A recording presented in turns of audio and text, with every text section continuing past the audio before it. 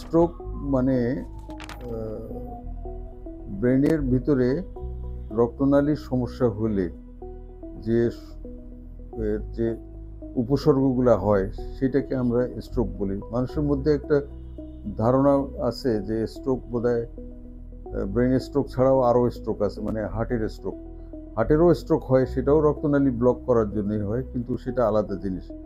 আমরা যেটা সাধারণত আমরা যেটা ডিল করি সেটা হলো ব্রেনের সমস্যাজনিত স্ট্রোক, ব্রেনের রক্তনালীর সমস্যা।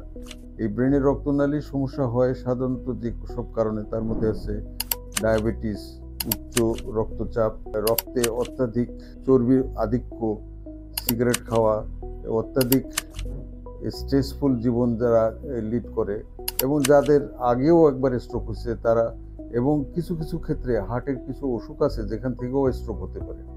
স্ট্রোক হলে সাধারণত কথা বলতে অসুবিধা হয়, মুখের বা হাত পায়ের এক পাশে দুর্বল হয়ে যেতে পারে, অথবা মানুষ অজ্ঞানও হতে পারে, এবং কিছু কিছু ক্ষেত্রে খিঁচুনিও হতে পারে। তো স্ট্রোক হলে তাৎক্ষণিক চিকিৎসায় আসা অত্যধিক জরুরি। মানে যেখানেই হোক, আপনার গ্রামে হোক বা ছোট শহরে হোক বা ঢাকা শহরে বা এরকম বড় বড় শহরে, যত তাড়াতাড়ি চিকিৎসায় আসবেন তত তাড়াতাড়ি স্ট্রোক থেকে বাঁচার সম্ভাবনা থাকবে এবং উপসর্গগুলোকে কমানো যাবে এবং কিছু কিছু ক্ষেত্রে সারানোও যাবে।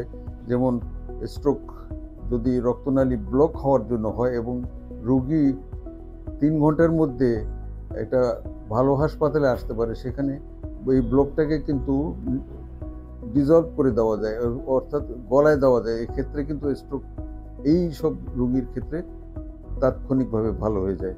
ওই জন্য স্ট্রোক যত তাড়াতাড়ি স্ট্রোক পেশেন্ট আসতে পারে চিকিৎসায়, ততই তাড়াতাড়ি মঙ্গল।